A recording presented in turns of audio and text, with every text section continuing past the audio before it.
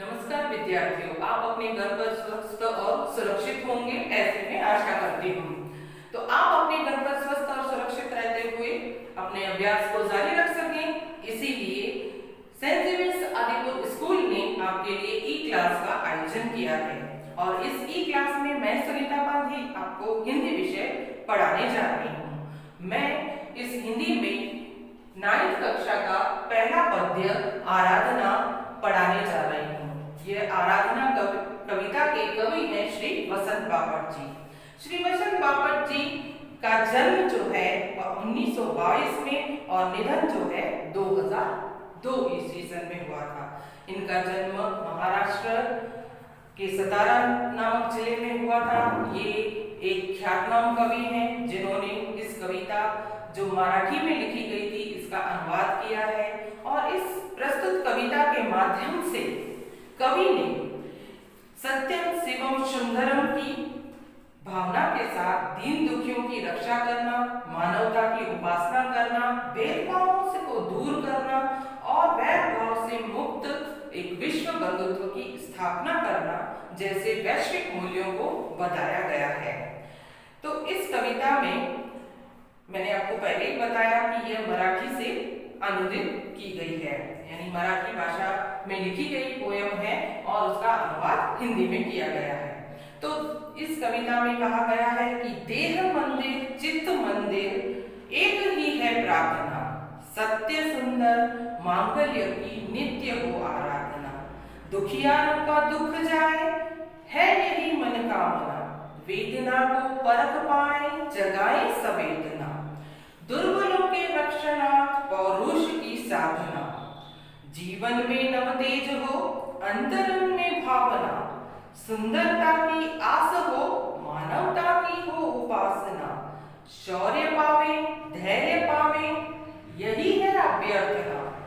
वेद सभी अस्त होवे वैर और वासना। मानवों की एकता की पूर्ण हो कल्पना। मुक्त हम चाहे एक ही बंधुता की कामना। तो आप ये कविता में देखिए प्रार्थना, आराधना, मनोकामना, संवेदना, साधना, भावना, उपासना, अभ्यर्थना, सवासना, कल्पना और कामना, इस तरह से ये 11 बार जो है वो ना का उपयोग किया गया। अब इसकी पहली पंक्ति को समझिए कि कवि क्या कहते हैं कि देह मंदिर, देह मंदिर, देह में शरीर, इस पूरे शरीर जैसे मंदिर से चित्त मंदिर, चित्त मतलब मन, हृदय, तो हम पूरे शरीर से और इस मन से एक ही प्रार्थना करते हैं कि सत्य सुंदर मांगल्य की नित्य हो आराधना। कि सत्य सुंदर और मांगल्य की नित्य, नित्य मतलब हमेशा, हमेशा जो वो आराधना हो, हमेशा जो है वो पूजा होनी चाहिए। दुखियारों का दुख जाए यही मनोकामना, दुखियारों का दुख दूर हो। मनोकामना क्या है? मनोकामना है, यानी एकमात्र इच्छा क्या है कि दुखियारों का दुख जाए, यही हमारी मनोकामना है।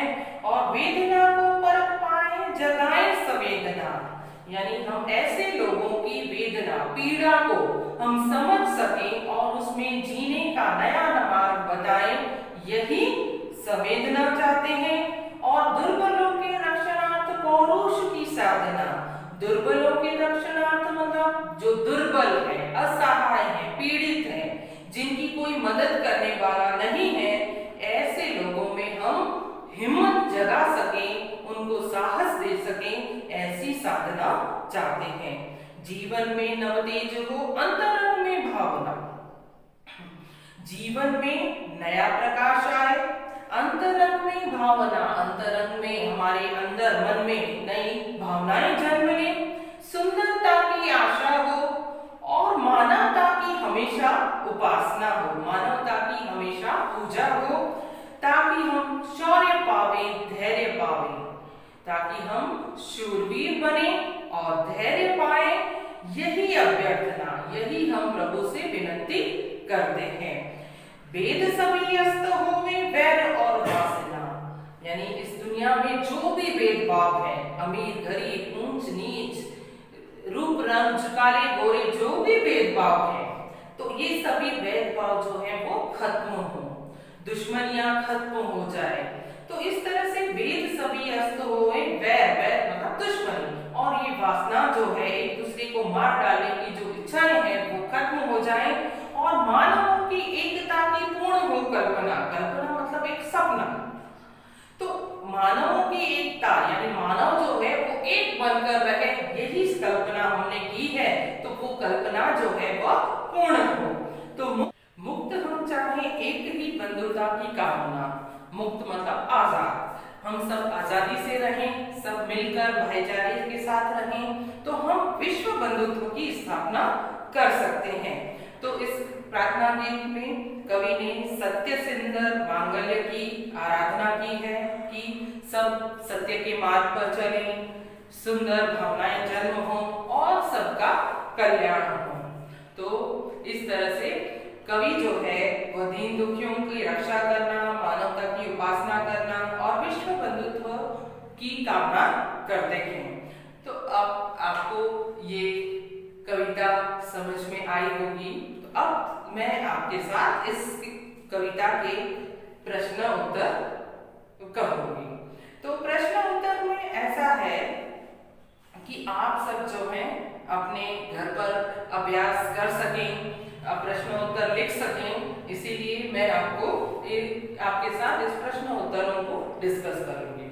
तो पहला प्रश्न है, कवि नित्य कैसी आराधना करते हैं? तो कवि नित्य कैसी आराधना चाहते हैं? कवि सत्य सुंदर मांगल्य की नित्य आराधना चाहते हैं। कवि किसकी मनोकामना चाहते हैं?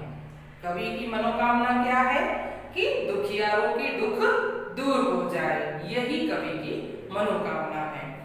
कवि दुर्बलों के रक्षणार्थ किसकी साधना चाहते हैं?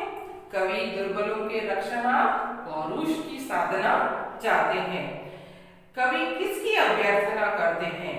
कवि शूरवीर बने, धैर्य आए, और यही अभ्यर्थना करते हैं कि कवि चाहते हैं कि लोग शूरवीर बने और उनमें धैर्य आए, ऐसी ही अभ्यर्थना करते हैं। कवि कैसी बंधुता की कामना करते हैं? कवि एक ही बंधुता की कामना करते हैं जिसमें लोग जो हैं वो विश्व बंधुत्व यानी भाईचारे के साथ मिलकर रहें, ऐसी ही बंधुता की कामना करते हैं। अब 2-3 वाक्यों में उत्तर और विस्तार से उत्तर यहाँ साथ में दिए गए हैं, जिसका मैं आपको उत्तर बताने जा रही हूँ। उसका पहला प्रश्न है, कवि कैसे मांगल्य की आराधना करते हैं? कवि सत्य शिवम सुंदरम और यानी सत्य शिवम सुंदरम की भावना की आराधना करना चाहते हैं। वो कहना चाहते हैं कि लोग सत्य के मार्ग पर चले, उनमें सुंदर विचार आए और सबका कल्याण हो, ऐसी जो है वो आराधना करते हैं। कवि के अनुसार किसके दुख दूर होने चाहिए? कवि के अनुसार ऐसे लोगों के दुख दूर होने चाहिए जो निसहाय हैं। वह अपने जीवन में कोई उनको सहाय देने वाला नहीं है, जो निसहाय हैं, उनके दुख दूर करने वाला कोई नहीं है, उनकी कोई मदद करने वाला नहीं है।